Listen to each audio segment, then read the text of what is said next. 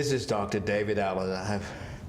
I've been talking with Patrice Tinker, one of the facilitators in our family program.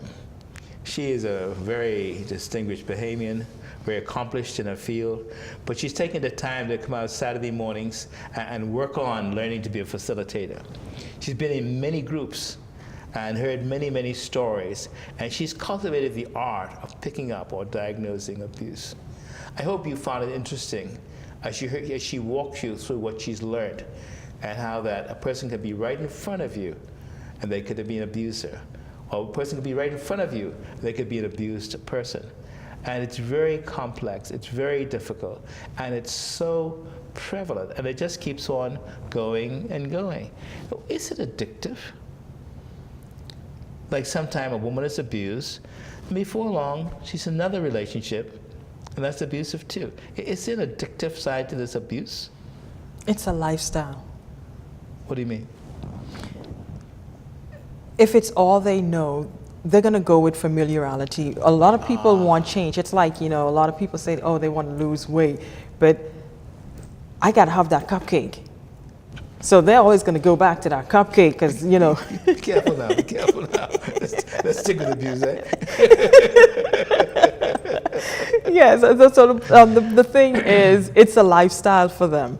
If that's all they know, again, remember, these victims really, they're so traumatized and caught up in their problems, they tend to live there. And when you live in that kind of toxic mindset, it's hard for you to make the proper choices that you need to take your life in the other direction that you would like it to be in. And then a lot of times that they may want a better life and they may try to pursue something different, but because they haven't dealt with themselves, they still like a fish out of water because they're with the person that loves them and is not going to abuse them, but because what they're used to, they're not getting, they can sabotage that relationship as well. Wow.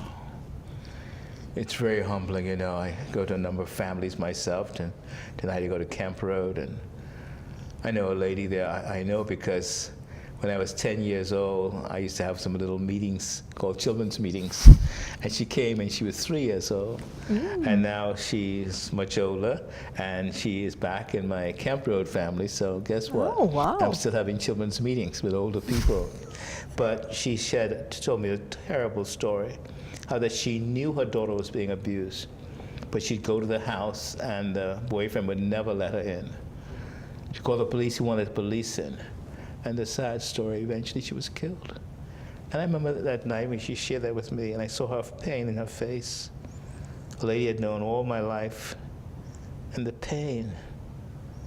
And her last words was, "Don't let this man ever get my children." She had 6 kids. That dear old lady has taken every one of them, Patrice. And she has to manage, feed, and clothe.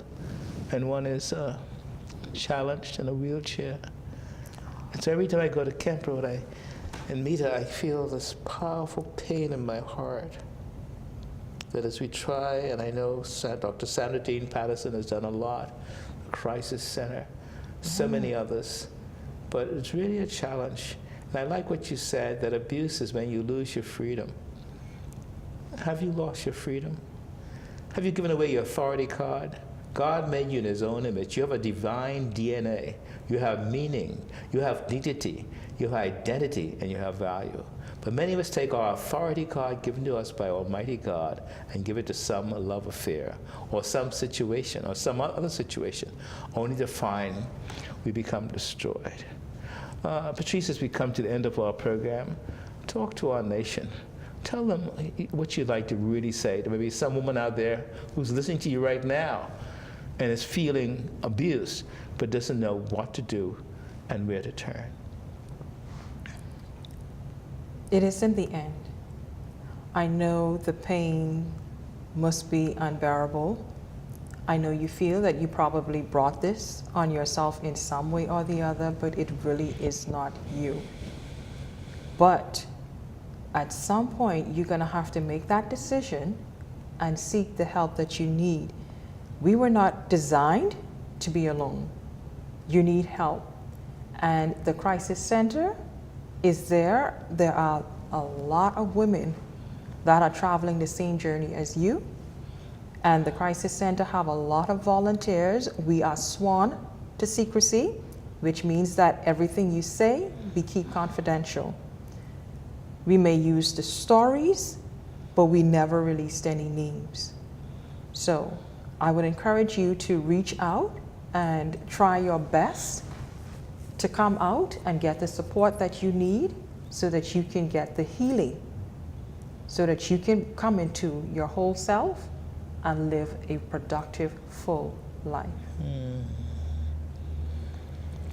Patrice, thank you for all the work you do. It's really a joy watching you. I love teasing you a lot, but you always have a good comeback for me, and you're very sharp, and I just amazed of how you use the training to develop yourself and be ready to help so many Bahamians. There will never be enough professionals, fellow Bahamians.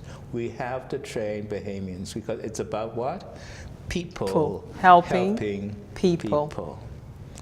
Thank you, Patrice, and good night.